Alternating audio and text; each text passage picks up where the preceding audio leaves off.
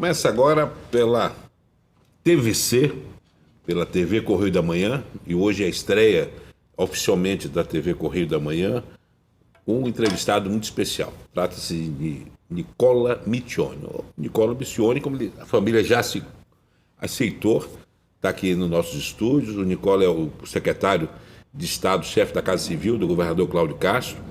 Mas eu tenho colocado na minha coluna no Correio que ele tem sido um dos grandes engenheiros de um processo de renovação do Rio de Janeiro, inclusive responsável por aquele que é considerado o mais exitoso leilão, que foi as concessões ligadas a saneamento no estado do Rio de Janeiro. Nicola, um prazer enorme recebê-lo aqui, e nesse momento histórico, porque nós estamos falando, a exibição original desse programa é no dia 22 de novembro, e nós estamos exatamente no dia colocando no ar as vinhetas da TV Correio da Manhã, que é um passo importante nessa atividade empresarial do Correio. Um prazer estrear com um daqueles que eu chamo um dos membros dos Quarentinhas, que é uma turma na faixa de 40 anos que está promovendo uma grande revolução no Rio de Janeiro.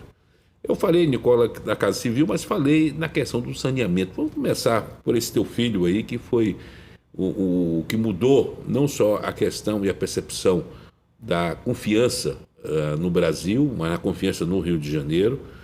E um leilão, eu tive a oportunidade na fase anterior das nossas entrevistas de conversar com Alexandre Bianchini, e ele aqui contou que cada lance que você inventou de 100 milhões deixava o coração dele assim apavorado, porque cada lance era de 100 em 100. De 100 em 100. Vamos falar sobre esse momento histórico. O que representa para eu vou falar da sua vida, da sua trajetória, mas o que representa para um quarentinho? Um cara que na faixa de 40 anos tem a oportunidade, no dia 30 de abril, pilotar um marco de virada na história do Rio de Janeiro. Primeiramente, uma honra. Obrigado pelo convite. Parabéns pela estreia da TVC. Acho que o Rio de Janeiro, o Brasil, ganha muito com mais essa iniciativa no Correio da Manhã. E parabéns de coração por esse trabalho que você e sua equipe realiza pelo estado do Rio de Janeiro e pelo país. Dia 30 de abril foi um marco histórico que eu acho que daqui a alguns anos a gente vai relembrar esse dia. Um trabalho de equipe, comandado ali com a chegada do governador Cláudio Castro, ainda no final de agosto, começo de setembro de 2020, em que precisávamos e ainda precisamos de marcos que possibilitassem o Rio retomar aquilo que ele perdeu, que é credibilidade. A concessão do saneamento,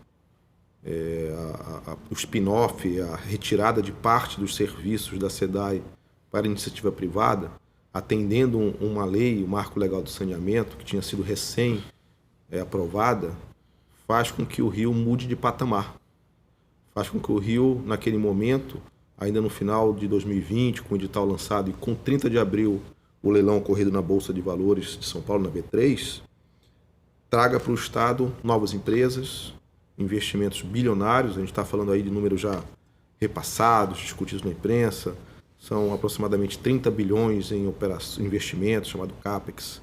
São mais de quase 80 bilhões em investimentos de operação, chamado OPEX. E mais outorga Estado e municípios. E com o efeito multiplicador de investimento em saneamento, os estudos apontam quase 8 vezes, para cada real investido em saneamento, quase 8 vezes na economia como um todo, na economia circular, serviços, indústria, enfim, novas indústrias que vêm para o Rio para prestar serviços, etc.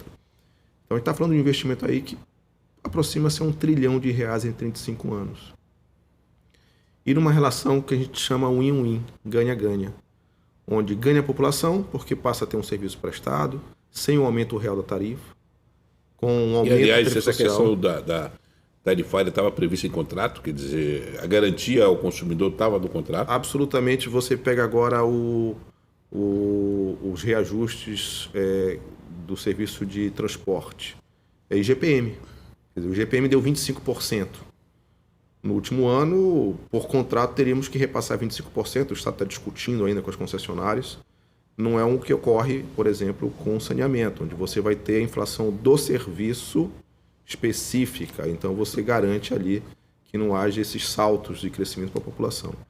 Eu vou pegar... E aí, voltando para a questão do leilão. O leilão dia 30 a gente tem. Qual a perspectiva inicial? Expectativa, a gente falava ali. Primeiro, antes disso, o governador Cláudio Castro e a Casa Civil teve um embate muito duro com o BNDES, porque o BNDES foi contratado pelo Estado. E quando eu chego ali nas primeiras reuniões, o que é que eu vejo? O BNDES colocando as regras. E eu disse, opa, não é assim. O BNDES é contratado e nós não queremos dessa forma. Nós não queremos um preço de água a ser paga à SEDAI que inviabiliza uma empresa de décadas de serviços prestados à população. Porque a SEDAI continua. Continua com cultura de água. E é a fornecedora da água para os concessionários. E a SEDAI precisa ser uma SEDAI rentável, uma SEDAI forte, uma SEDAI melhor e não menor. E para isso viabilizar, você começa com o preço de água. E a gente chegou com um preço dado por alguém, anteriormente à nossa gestão, que lá colocou 1,47. Um preço que sequer é praticado na produção hoje para Niterói. Eu disse, opa, peraí, aqui não está certo esse valor.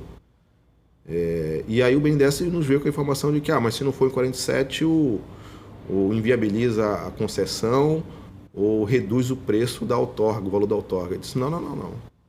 O preço técnico não pode ser aquilo que o mercado quer, tem que ser aquilo que é possível dentro dos números. E a Casa Civil formou uma equipe técnica que estudou, se debruçou sobre os números e encontrou um valor. Eu lembro até que o governador uma vez disse assim, o valor esse era 1,70, algo assim. Disse assim, vamos começar negociando por cima. Disse, governador, a gente não pode negociar o que é técnico. O valor é esse o correto. E eu disse, não, se é esse, é esse. E a gente colocou para o BNDES, olha, o preço correto é este, 1,70, arredondando. E o BNDES, mas para cada real, centavo que você aumenta, você tem que reduzir a outorga. O governador disse, não. Outorga é a expectativa que o mercado tem e que vai fazer frente a algumas indenizações que o Estado tem. O preço técnico é esse e a outorga a gente compra. O governador teve um pulso muito firme com o presidente Montezano, dizer assim, vocês são contratados pelo Estado, a Casa Civil fez estudos técnicos que apontam ser 1,70, nós lançamos o edital, e se o mercado precificar para baixo a outorga ou não tiver um ágio tão grande, isso não é o principal. Resumo da ópera. Dia 30 de abril a gente tem um leilão transparente, com mais de 3 mil visitas técnicas ocorridas entre final de dezembro e início de abril, período de visitas, um ágio de mais de 100% nos 3 lotes, uma disputa histórica. Como é que foi isso? Por que esse gatilho dos 100 milhões aí? O edital previa que se não houvesse lance superior a 20% entre uma e outra proposta, teria o viva voz. E aí, quando começou numa situação viva voz, o responsável pela condução do leilão pergunta para a equipe, disse, olha, tem uma dúvida aqui que é qual o intervalo dos lances, porque vai ter viva voz. E tinha essa pequena falha lá, essa pequena ausência desse item. O intervalo tem que ser entre X e X. Dados os valores já estavam na mesa, se a gente coloca um intervalo de 1 milhão, por exemplo... Ia passar o dia. Dia inteiro. Eu dou 1 bilhão e 1 milhão. 1 bilhão e 1 milhão e 2 milhões. A ordem de grandeza apontava para um número superior. E aí, na hora, ela disse 100. E na hora, se você pegar a gravação da B3, você vai ver alguém se comunicando, olhando, eu no telefone, 100.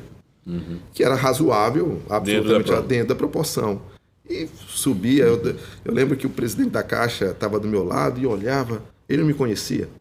E aí, que é isso? Valores altos. E ali foi o sucesso. O sucesso de uma Não, e mostrou sobretudo a transparência que não havia jogo de cartas marcadas. Quer dizer... Eu não conhecia ninguém das empresas. A essência absoluta do processo da livre concorrência operando... Se você pega as gravações, a gente sequer cumprimenta os personagens que participam do leilão. Nós não conhecíamos ninguém. A gente blindou todo o processo de tal forma... O Rio precisa ainda e precisava de um cartão de visita da gestão Cláudio Castro. Agora, esse cartão foi dado. Eu queria só remeter... Aquele dia foi um dia histórico, porque nós estávamos até conversando que se um roteirista fizesse o filme e colocasse aquilo, Ou seja, Eu dizer que forçou a mão, né? O leilão da SEDAI e o impeachment ocorreram rigorosamente no mesmo dia. Na hora do discurso do presidente Bolsonaro, acho que foi o último voto. Foi o né? último voto do impeachment. Eu acompanhei, eu fiquei com as duas. O governador Cláudio Castro, ele disse que o presidente Bolsonaro ao lado dele disse assim, o ponto pro lado, se terminou lá, e o governador do quê? Né? E ele presta atenção no leilão, ele não... Então, assim... Não, foi a sincronicidade, mas aí é o padroeiro aí do Rio... São Sebastião. Vamos falar sobre você, Nicola. Sua formação. Você é funcionário de carreira do Banco do Nordeste, chegou à diretoria, estava aqui no comando regional do banco. Me fala da sua trajetória profissional. Eu sou advogado de formação, fiz concurso para o Banco do Nordeste em 2000, tenho 21 anos de carreira concursado do Banco do Nordeste. Né? Fiz concurso, assim que me formei, fiz faculdade de Direito no Ceará, na Universidade Federal do Ceará. Mas você nasceu em Macapá? Nasci em Macapá, aos 17 anos. Meu pai fez o que meu avô fez com ele, expulsa para poder estudar fora, né, para poder ganhar asas, né, e poder ter uma melhor qualidade de vida. E aí me mandou para Fortaleza, onde você tem um ensino médio muito forte. Mas seu pai primeiro, ele vai para Belém, né? Meu pai, nascido em Macapá, meu avô... Italiano, imigrante da Puglia, vem depois da Segunda Guerra Mundial, tentando uma vida melhor, saindo ali da fome da Segunda Guerra, da pós-Segunda Guerra, das condições difíceis. Puglia é uma região pobre. Seu Francesco. Né? Francesco Michione. Pois é. E aí me conta essa história, vai. Ele vem montar uma máquina. Meu avô era torneiro mecânico, né? Vem montar uma máquina, um torno para uma empresa, Icome, a famosa Icome, que explora minério de ferro. Ele vem no começo dos anos 50, se hospeda numa pousada, se apaixona pela dona da pousada, uma viúva 10 anos mais velha, com 5 filhos. E ele casa com essa viúva, cria os 5 filhos dela e tem mais 5 filhos, né? Então, família de 10. Família de 10. Meu pai é o penúltimo dessa segunda leva. Uhum. Então é o nono desses 10, família muito unida. Ainda todos vivos, perdi recentemente meu padrinho, que é o único que faleceu dos 10. Tem pouco mais de 2 meses e que também foi um que foi expulso para estudar fora, né? Aí então o senhor Francisco coloca teu pai para estudar o vovô tinha Nós estamos falando de Macapá dos anos 60. 60, né? 70, muito forte com educação. O papai foi um dos últimos ainda comerciante em Macapá a não se formar, quando o vovô, muito forte, ele já com 3 filhos, assim, você não vai, isso não é vida, você vai ter que se formar, e ele foi para Belém fazer direito. E o papai se formou em 1990 em direito, hoje é advogado da União, da AGU, em Macapá. Mas eu lembro, já tinha 13 anos à época, na formatura do meu pai, em março de 90.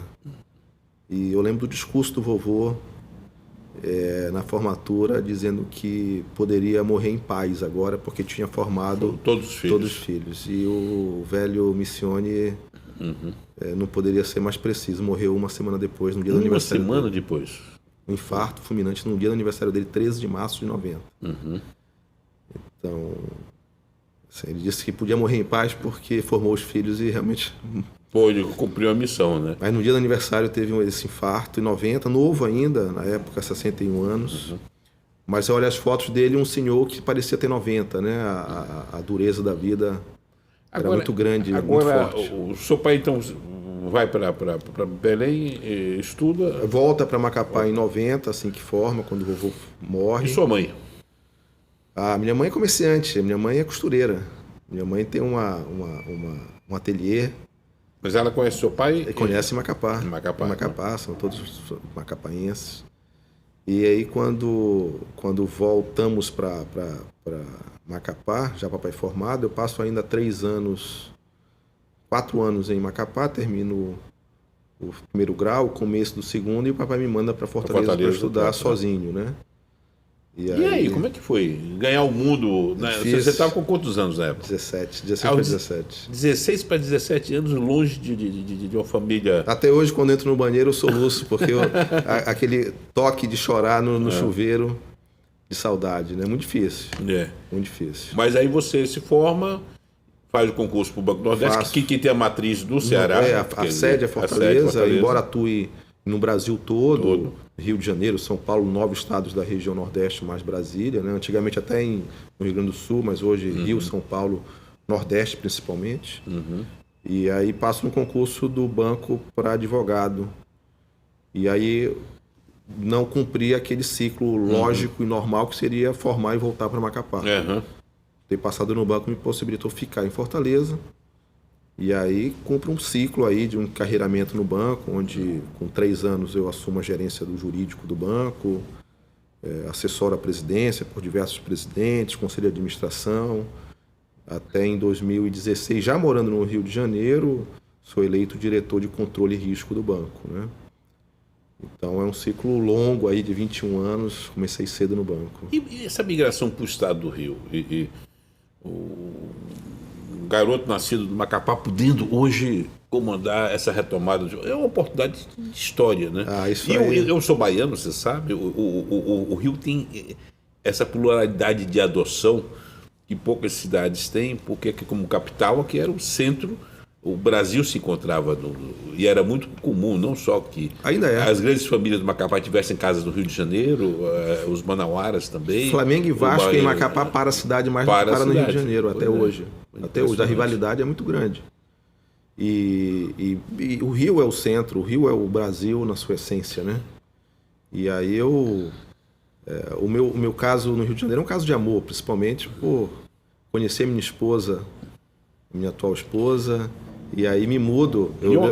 Sim, a sua esposa, a família dela é do Rio? Do Rio. Com pé em Petrópolis, inclusive? Isso, meu sogro é petropolitano, Binato de Castro, meu sogro foi desembargador, aposentado. E eu conheci minha esposa e me apaixono de uma modo que me mudo para o Rio. De vez? De vez em 2015, desde 14, 15. E aí quando o banco estava naquele processo de fechamento de agências extra-regionais, eu mostro para o presidente do banco que o Rio era uma praça importante para ter um escritório de atração de investimentos como ia se ter em São Paulo e no Rio numa proporção um pouco menor. E aí o presidente chega para mim e diz assim, mas o Rio é complicado porque poucas pessoas vão querer ir para o Rio. Aí disse, esse problema eu já solucionei para o senhor. E o Rio hoje faz mais atração de investimentos para o Nordeste do que São Paulo, faz quase o dobro da meta. É uma praça muito importante para o banco, né? Esse viés, eu como nordestino, esse viés de você ter a questão do fomento, de facilitar a atração é fundamental para quem quer desbravar. Mas eu queria voltar um pouco aí a esse DNA seu, do Sr. Francisco, porque é interessante, porque o Sr. Francisco acaba sendo como você, um cidadão do mundo, né? Sim. Porque nasce na Itália, vem para o Brasil, vai para Macapá. Já fica em Macapá. E aí tem um ciclo. E Macapá você se sente como ele, um cidadão do mundo? Macapá é distante até hoje, né? Imagine naquela época, né? A família, inclusive, se aproximou mais da Itália depois da morte dele, né? Tem uma relação muito próxima com a família italiana, com a comunidade italiana. Mas algumas pessoas brincam até que eu não tenho um sotaque muito próprio de um local ou de outro. Porque eu acho que no Brasil nós somos cidadãos de um país só, né? Um país só. Não é fácil carregar essa coisa de ser assim, você é de Macapá, você é de Fortaleza. Isso tem um pouco um cunho, às vezes, pejorativo. Mas essa questão pejorativa, eu brinco o seguinte, que você tem duas nações dentro do mercado do país chamado Brasil, que eu brinco que são os gaúchos e os baianos, né? Porque o gaúcho primeiro é gaúcho e o baiano primeiro é baiano, para depois... É uma questão de barrismo, de um regionalismo muito, muito acirrado. Mas o preconceito existe. No mundo todo isso tem. Na Itália, se você se refere a um calabrese ou a um romano como italiano, ele não aceita, ele é romano, não é italiano. E a disputa entre Milão e Roma é muito forte. Então isso acontece em qualquer país do mundo. No Brasil a gente só vive isso. E aquela coisa... da misoginia de querer agredir a pessoa pela nacionalidade ou pela seu berço. Em Portugal, as piadas são com alentejanos. Nós já fazíamos piadas com os portugueses. Na Itália, com os calabreses. Quer dizer, você tem aí essa... Mas, Nicola, vamos voltar à sua relação com essa turma de 40 que está fazendo aí a história. O governador tem 42, você tem um secretariado também nessa faixa etária.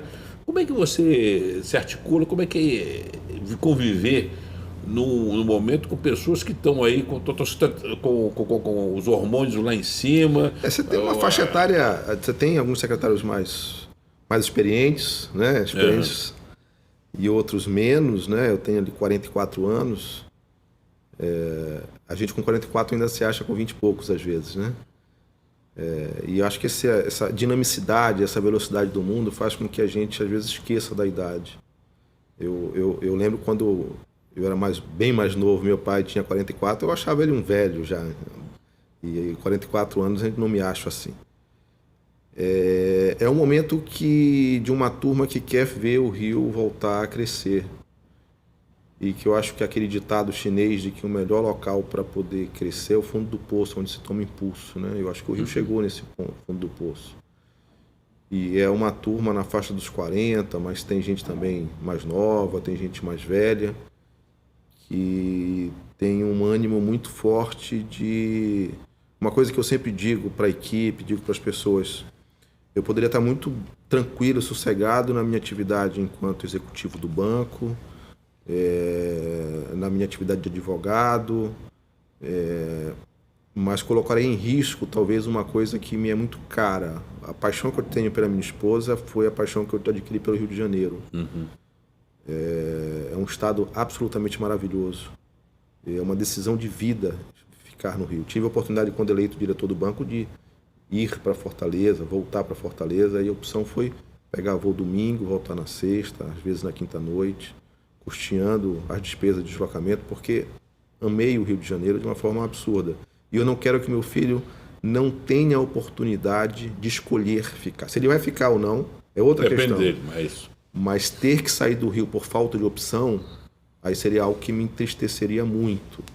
Então, o Enzo, meu filho mais novo, que tem 5 anos, já nascido no Rio de Janeiro, eu quero que ele tenha essa oportunidade de dizer aos 22, 23 anos, quando formado, dizer assim, eu posso ficar no Rio porque eu quero e há oportunidade desse trabalho. E a gente precisa fazer isto hoje para que um trabalho de geração ocorra, para que o Rio volte a ser um estado, do ponto de vista econômico, de estabilidade social, financeira, econômica, política, similar ao que a gente olha um pouco hoje a São Paulo. Não precisa passar São Paulo, mas não há menor cabimento do Rio disputar posição com outros estados da federação que não seja São Paulo. Pelo protagonismo histórico, por ter sido capital. Pela importância política no cenário nacional. E eu diria que o Rio acaba tendo um protagonismo nacional até mais relevante. Mais relevante no mundo, muito maior. E eu acho que é uma oportunidade e uma obrigação desta geração. Você falou em viagem. Você acaba de retornar de uma maratona, a palavra é essa, de reuniões. Eu tenho secretário dizendo que não viaja mais com você porque você adotou uma agenda que não dava para ninguém respirar. Mas vocês deram um exemplo. Nós estamos gravando essa entrevista um dia após a sua chegada e veio todo mundo de classe econômica. Há quanto tempo que a gente não vê secretário e o próprio governador de estado viajando em classe econômica num voo de longo curso? Embora o decreto autorize. Autorize, sim. Eu acho que a gente tem que dar o exemplo, né?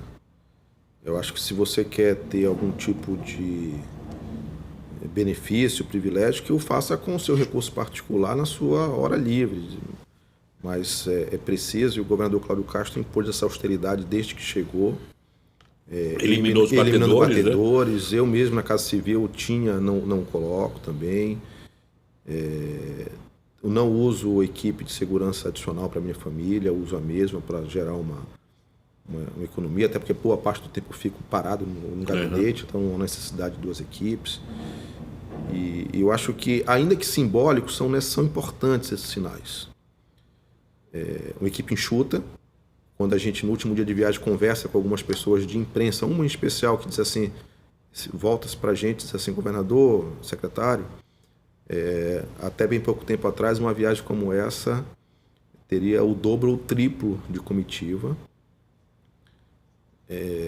Em termos de gastos, o elemento multiplicador nem sei o que seria. E as agendas, ao invés de 5, 6 agendas no dia, 4, 5 agendas no dia, você teria uma agenda no começo do dia e o resto do tempo livre. É outro padrão. Eu ouço também de representantes de embaixada que nos atenderam e disseram assim, parabéns pela postura E eu acho que isso não é nada mais, envergonha um pouco. São elogios que nos envergonham. Mas o embaixador Hélio Ramos, que é um dos quadros mais importantes do Itamaraty, o nosso embaixador em Roma, inclusive mandou para minha coluna uma foto que eu publiquei do grupo, ele ficou impressionado com a qualidade da agenda do grupo do Rio de Janeiro nessa missão oficial. E ele fez questão, inclusive, de divulgar essa qualidade. Faz um balanço do que foi essa viagem. A gente teve reuniões com grandes empresas italianas que atuam no Brasil, Enel, TIM, Leonardo, com a Enit, que é a Embratur na Itália. Tivemos reunião, visitamos o Telespazio, que é o centro espacial localizado no interior da Itália, a 1 hora de viagem, fomos de carro até lá, e que vai ser replicado aqui no Brasil, em Maricá, com pedra fundamental lançada nas próximas semanas. E tivemos uma reunião muito importante, o governador teve uma reunião muito importante com a vice-ministra de Finanças da Itália. Foi recebido como um verdadeiro estadista, falando do Rio de Janeiro. E por que a importância dessa reunião? Porque o Ministério das Finanças da Itália é dono, a Itália é dona de todas as empresas, seja por participação minoritária, seja por participação em outras empresas que indiretamente dão controle. Também dão controle. Então, todos os investimentos de Enel, TIM, a operação da TIM é maior, e da Enel é maior no Brasil do que na Itália. Leonardo, que tem um faturamento de aproximadamente 16 bilhões de euros, é praticamente a receita anual do Rio de Janeiro, do Estado do Rio de Janeiro. Esses investimentos eles são autorizados pelo Ministério das Finanças.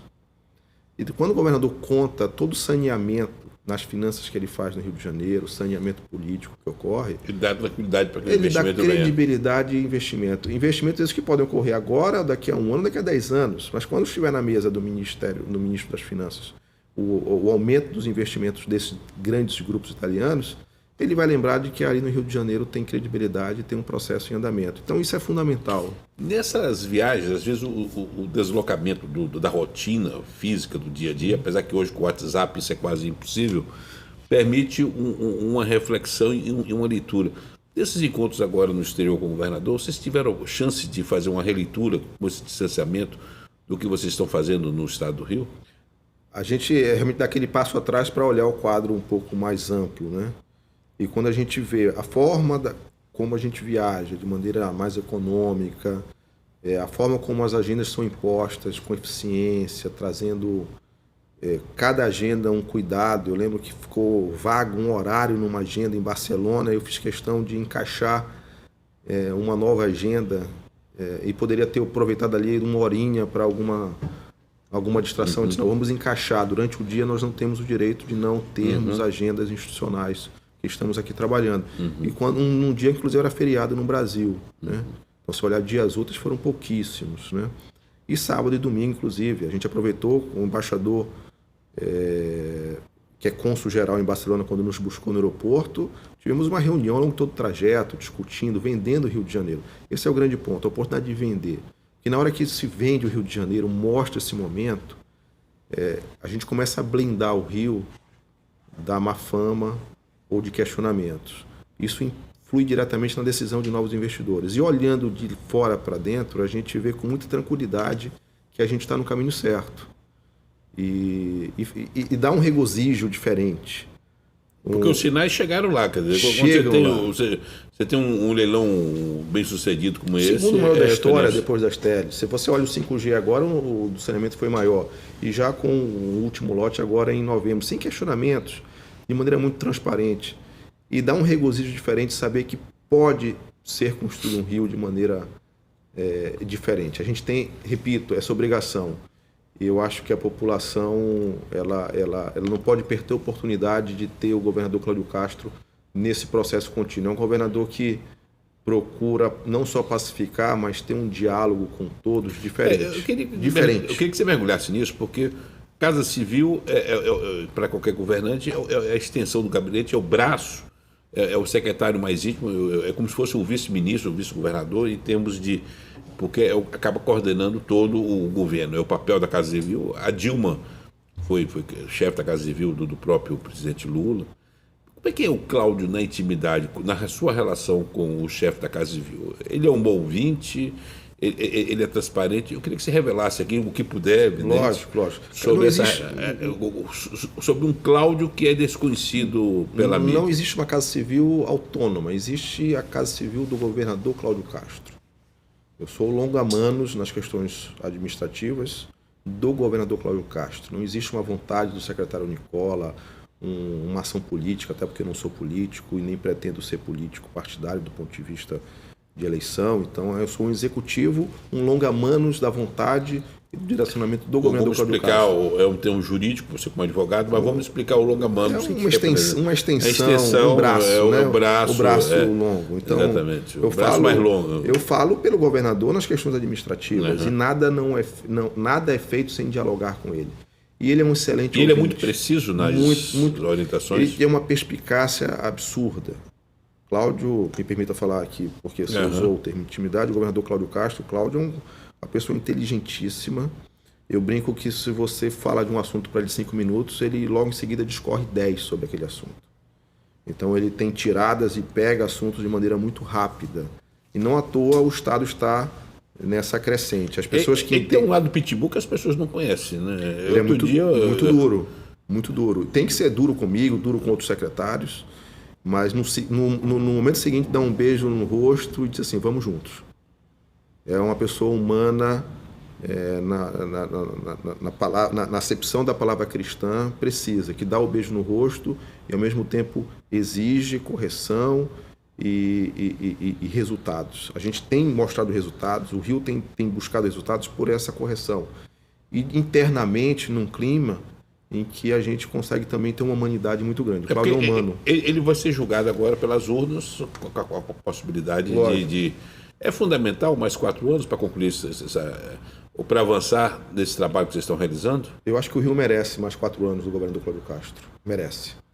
Por todo esse saneamento que ele tem feito. Ele não olha a diferença de matiz política, ele não olha a diferença entre um município administrado por um prefeito ou por outro. Ele é um político diferente porque ele sabe que foi escolhido, que tem uma oportunidade de fazer. Mas ele é um político diferente ou ele está sendo formado, está sendo criado uma persona nessa questão? Ele não é um político novo, ele já está nessa vida há muitos anos. Ele já tem 2 décadas aí de assessoramento e gestão política. De bastidor na política. Quem acha que ele chegou agora se engana. Às vezes chega alguém lá para apresentar, vou te apresentar fulano, ele já conhece há muito tempo. Então, assim, se engana quem acha que o governador Cláudio Castro é um governador novel na política partidária ou na gestão. É uma pessoa muito experiente, conhece, tem tiradas absolutamente fantásticas. A formação de advogado dele permite também ter tiradas técnicas importantes. E eu acho que o Rio precisa de mais 4 anos de governador Cláudio Castro. Esse lado religioso dele é importante, né? Você vê que o filho dele é João Paulo, é o mesmo nome do João Pedro. Me fala desse lado. É uma pessoa de família, uma pessoa que ama a família mais do que tudo, ama os amigos, uma pessoa de hábitos muito simples, que gosta de fazer o churrasco dele.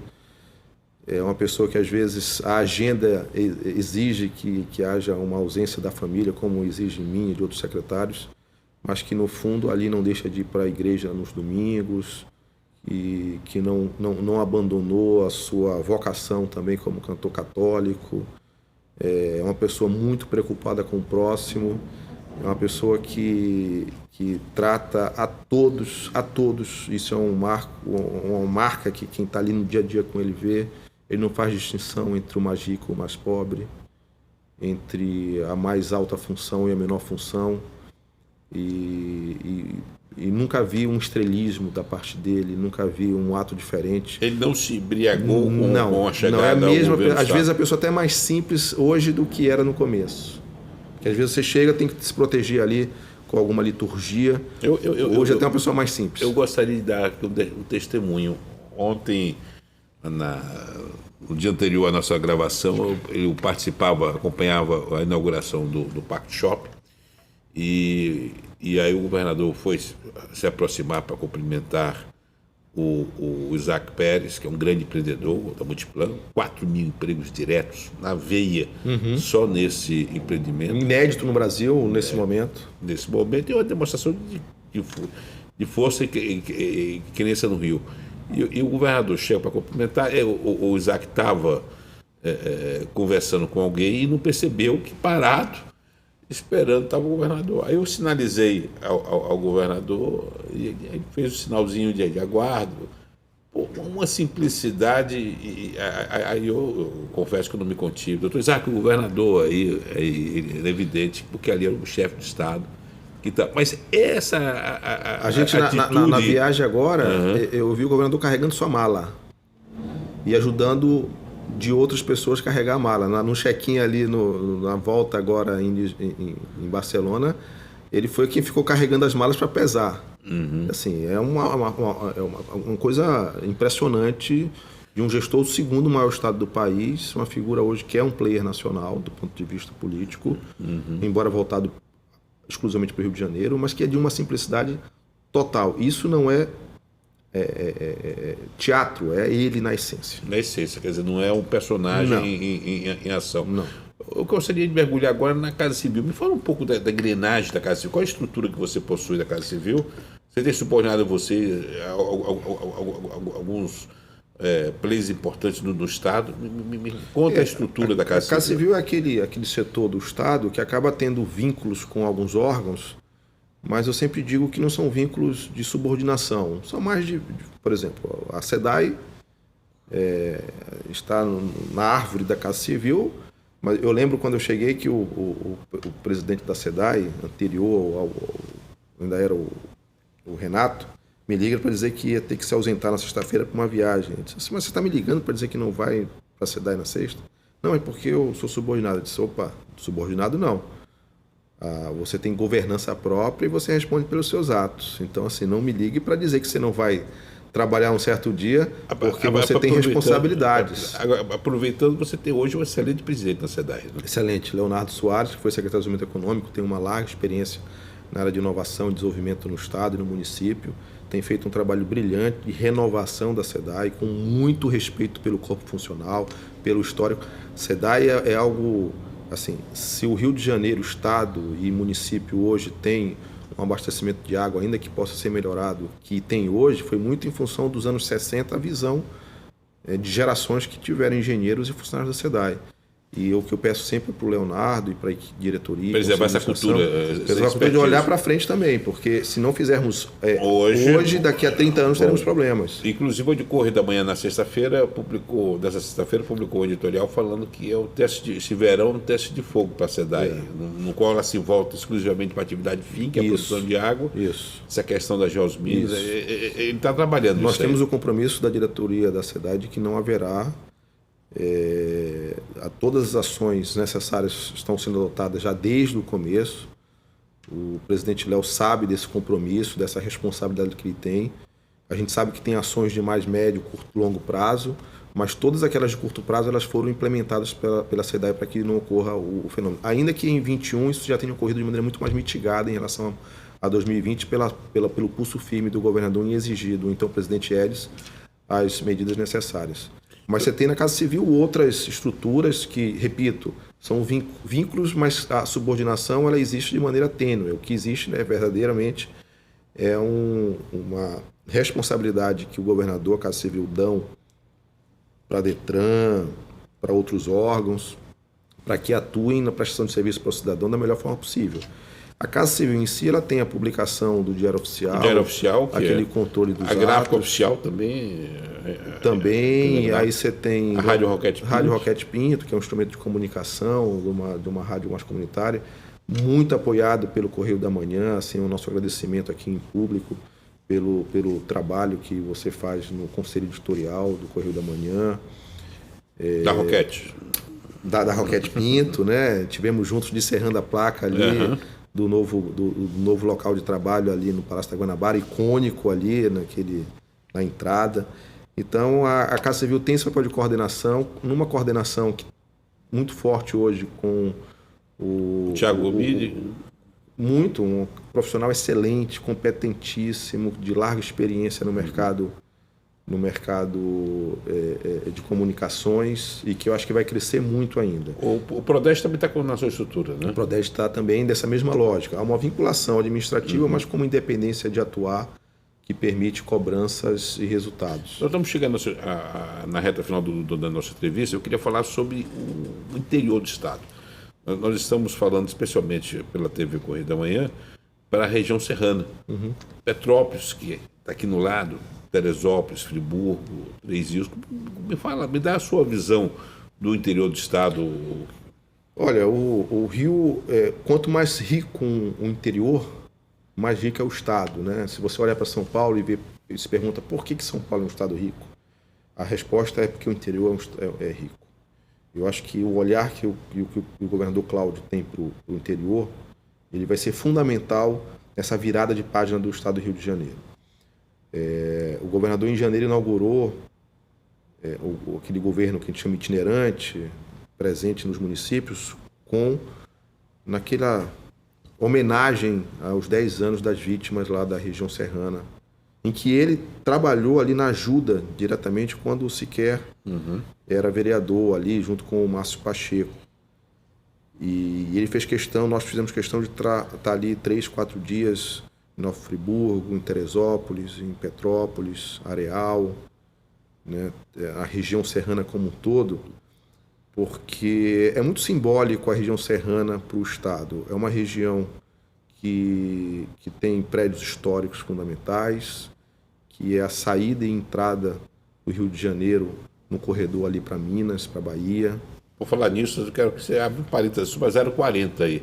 Como é que você tem visto o problema da Concer? É federal, mas o Rio tem tido algum diálogo com relação a isso, porque você conseguiu estabelecer uma relação muito boa com o governo federal. Você é muito respeitado na área da área federal.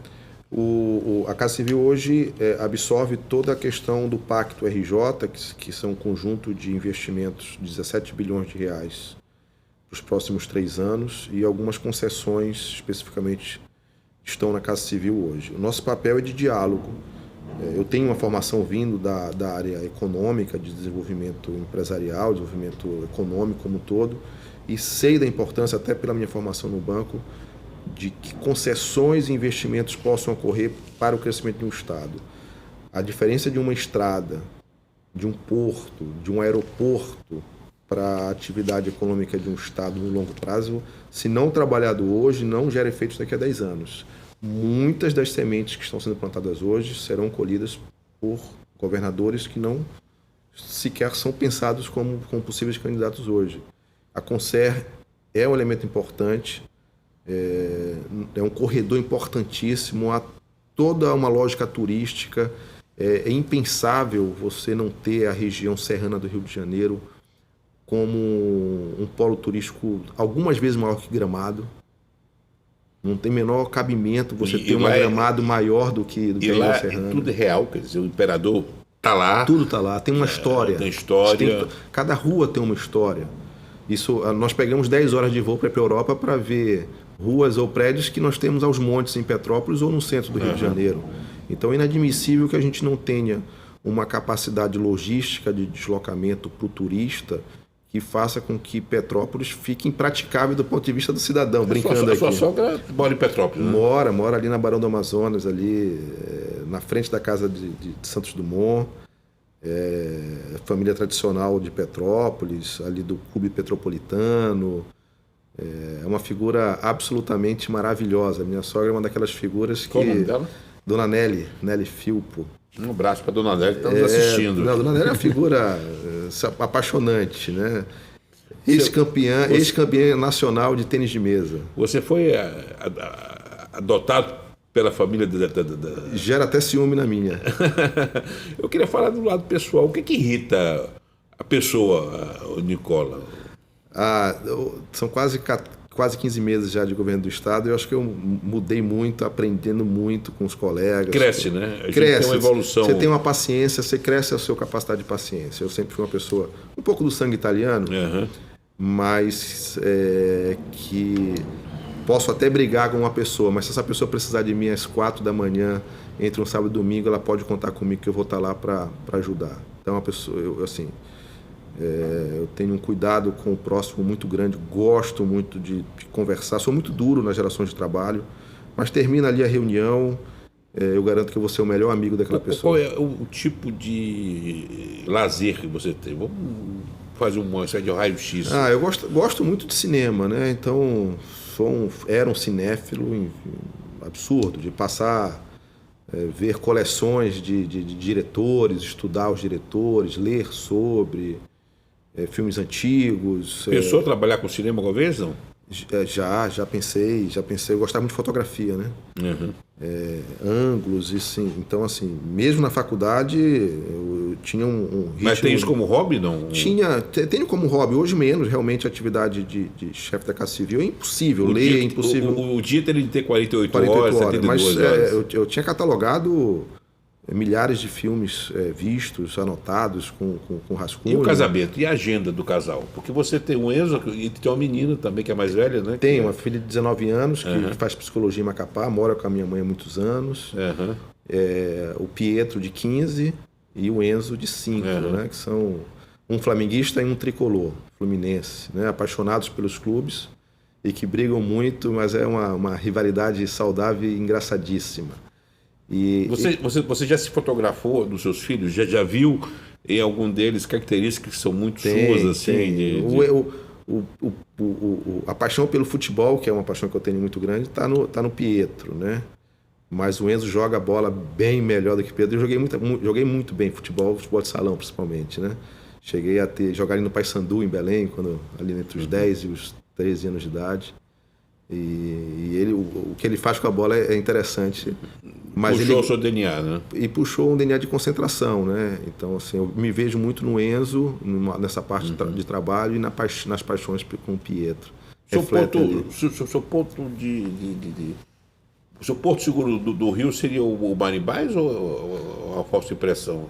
Você sente em casa ali, não? O Marimbás... o Rio me acolheu de uma maneira muito especial. A família da minha esposa como um todo, os amigos que eu fiz no Marimbás, né, onde a minha esposa frequentava e depois virei sócio, e é uma família realmente que me acolheu. O meu chefe de gabinete, o Marcos Simões, do clube. É o Comodoro do clube. É o Comodoro do clube, até próximo mês, né, onde ele deixa de ser. E eu não posso reclamar do Rio. Eu fiz amigos no Rio hoje, eu tenho mais amigos no Rio hoje do que em 20 anos em Fortaleza, isso eu posso garantir com absoluta certeza. O Rio é uma cidade cosmopolita que abraça as pessoas de fora com muito carinho. Nenhuma reclamação quanto a isso. E eu sequer sei se algum amigo é do Rio ou não é do Rio, porque esse aspecto cosmopolita permite. Sim. E o Marimbás, sim, é um porto seguro. O trânsito às vezes atrapalha, né? Agora está voltando a ficar complicado. Mas o Marimbás é aquele local que sexta-feira a gente chegava às 4 da tarde depois do trabalho e só poderia sair de lá depois das 8 quando o trânsito diminuía. Você passou pela pandemia e teve Covid, né? Tive 2 vezes. Mexeu com a cabeça? Eu acho que o segundo episódio, sim. O segundo episódio me deixou um pouco mais gordo, né? Voltando a correr. É um hobby que eu tenho, é a maratona, né? Eu corro maratona, né? Fiz 7 maratonas e o hábito de correr na rua me dá muito prazer, né? Correr nas ruas me fez me apaixonar ainda mais pelo Rio, porque você começa a andar por ruazinhas que você não conhece de carro. E aí para na porta, na esquina da rua, vê o nome da rua, a origem. Eu sempre brinco que só quem corre na rua sabe que, por exemplo, que o Rio Carioca tem uma parte aberta ali no Largo do Boticário, onde vai ter um hotel agora do Grupo Accor. Então, assim, ou no Cosme Velho, onde eu moro, você passar por aquelas ruas subindo e descendo do Cosme Velho, ver o quão rico é a história do Rio de Janeiro, o quanto a gente precisa fazer ainda pelo Rio. Mas o segundo episódio de Covid me deixou com um preparo físico muito ruim. Eu não sei se foi a Covid ou foi o excesso de trabalho na Casa Civil, mas de alguma forma coincidiu essa dificuldade, voltando agora, porque sem saúde a gente não consegue enfrentar 22 com tranquilidade. Você já disse que não é candidato a nada. Não. Mas dá gosto viver a boa política, os bastidores da boa política? Dá muito gosto saber que o que você faz hoje influencia na vida de cada pessoa. Dá muito gosto você trabalhar por uma lei ou por uma regulamentação que evita que uma empresa saia do Estado, mesmo que essa empresa, ao não sair, preserve só um emprego. Porque um emprego, quando você preserva o plano de saúde daquela família, a capacidade das crianças daquela família poder estudar. Então, assim, o governante, o executivo, ele tem que começar a olhar muito para o indivíduo antes de olhar o todo. Eu acho que essa visão humanística que o governador, a equipe do governador tem hoje de preservar emprego, de trazer emprego, essa boa política ela é fundamental. Se a gente começa a olhar o quadro todo, sempre a gente perde a noção do dia a dia, perde a noção do indivíduo, do ser humano. Nicola, eu queria terminar com ping-pong. O tempo, infelizmente, chegou ao fim. Eu queria... Itália, o que representa a Itália para você? Itália é berço, mas o Brasil é muito mais importante. É onde foi dada a oportunidade para meu avô crescer e formar seus filhos. Eu vou dizer que gostava mais do Brasil do que a Itália. E a Itália tem a sua importância na formação, mas eu acho que a gente tem que dar muito valor a quem nos acolhe, né? Assim como eu acolho o Rio de uma maneira especial, o meu avô acolhia o Brasil de uma maneira apaixonante. Ele dizia que torcia pelo Brasil em 82 mais do que torcia pela Itália. E isso é de coração dele mesmo. Mas a Itália, ninguém sabe para onde vai se não sabe suas raízes, suas origens, né? E a Itália tem essa coisa da organização, do trabalho muito forte. A força do sangue, né? A força do sangue. Direito.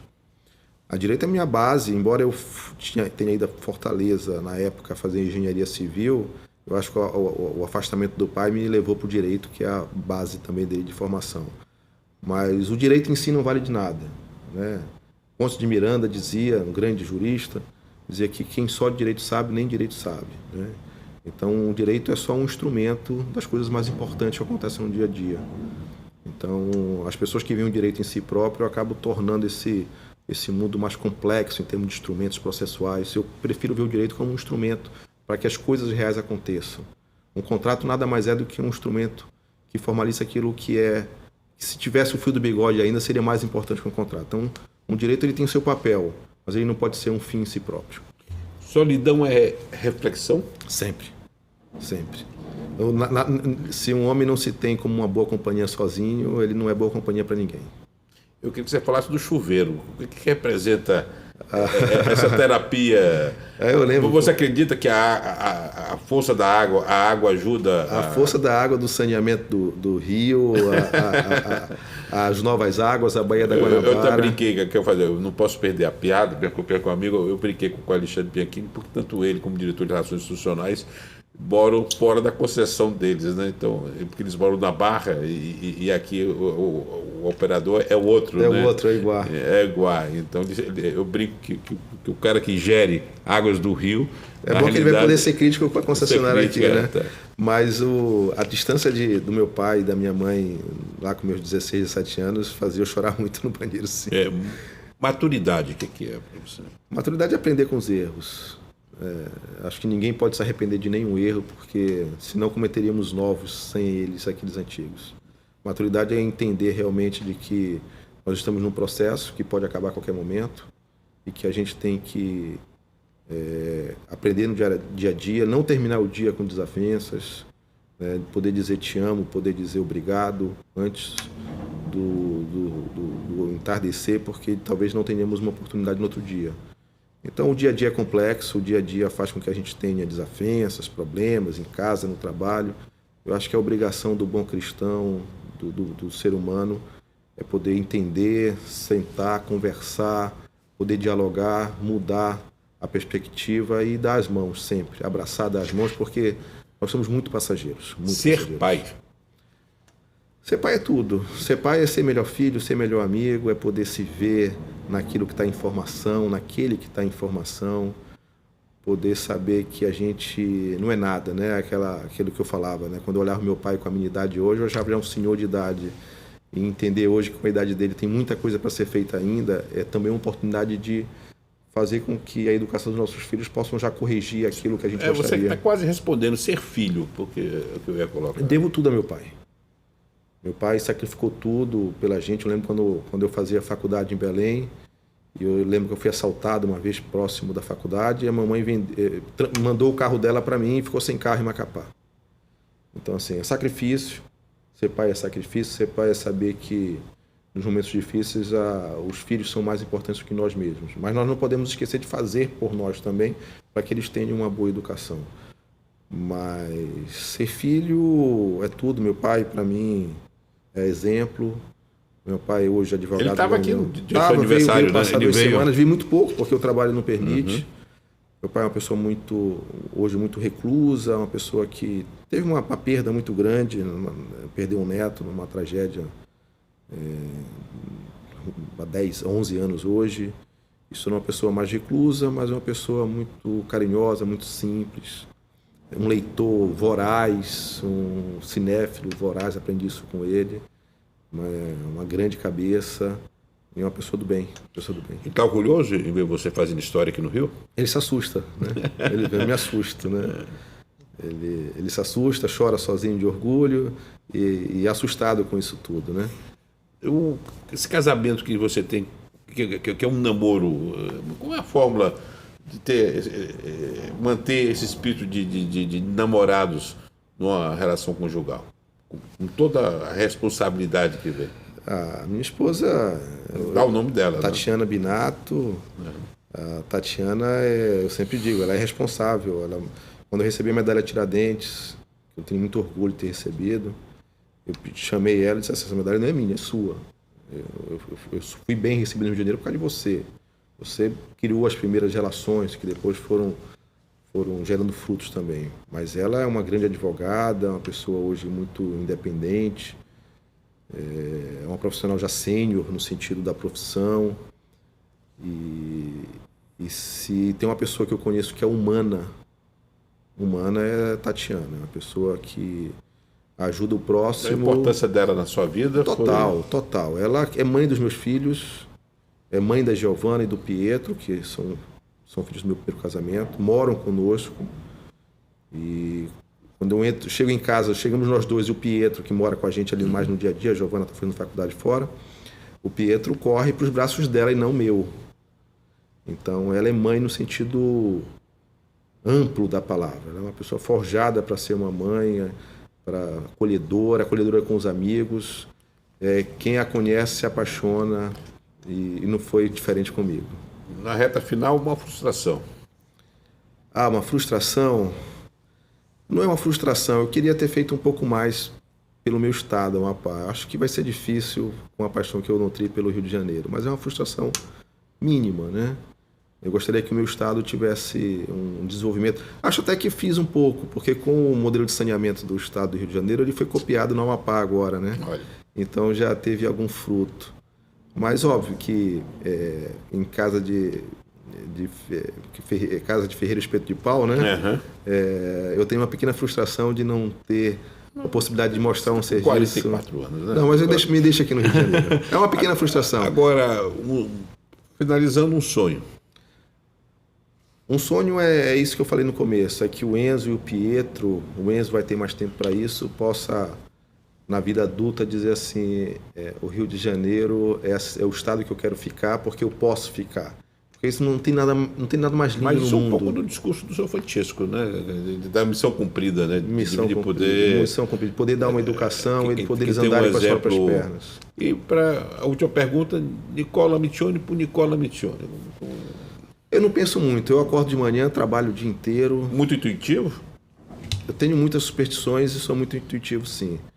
Mas, às vezes, em nome das boas relações, eu deixo de lado a intuição e até forço amizades, porque eu acho que se a gente for só pela intuição, a gente deixa de aproveitar o que algumas pessoas têm de bom também. Todos nós temos qualidades e defeitos. Então, a intuição negativa ela pode ser construída com boas coisas. Então, o seu pior inimigo, ele pode se tornar um amigo, se você vê o lado bom das coisas, deixar de lado e construir. Então, a intuição é importante. Isso aqui não é bom, tal, mas você pode mudar a realidade. A melhor forma de construir futuro é mudando a realidade hoje. Então, as relações também são assim. Mesmo pessoas que às vezes a gente não tem uma boa relação, se você constrói, busca sentar e conversar, você constrói. Cada um tem de melhor, né? Sempre. Né? Acho que é uma função, obrigação nossa. Nicola, adorei a conversa. Muito obrigado. Eu que agradeço hoje. Muito importante a gente mostrar essa turma. São os quarentinhas que estão fazendo história. Aí nossas câmeras, os nossos microfones para a sua despedida. Eu agradeço, assim, parabenizar o trabalho que você, Magna Vita, faz pela imprensa, pela comunicação no estado do Rio de Janeiro, com esse novo desafio agora com a TVC, de Petrópolis para o mundo, posso dizer assim? Se você usar esse lema, eu vou dizer de Petrópolis para o mundo, né, onde o Brasil começa, de certo modo, e eu acho que onde o Brasil continua. E você é o cara mais lido no meio político, empresarial do Estado, e não é à toa, é por competência e muito esforço e trabalho. Parabéns. Obrigado e por ter bons amigos e, sobretudo, a gente acreditar que o Rio vive um momento que a gente tem que dar a nossa contribuição. O grande papel do jornalista é, sobretudo, ser informativo e construtivo. Esse jornalismo de artilharia não cresce. Não cresce, não vinga. E confesso que o nosso telespectador e o leitor está esgotado com esse sistema. Muito obrigado. Obrigado a você. Chegamos ao final dessa bela entrevista. Obrigado.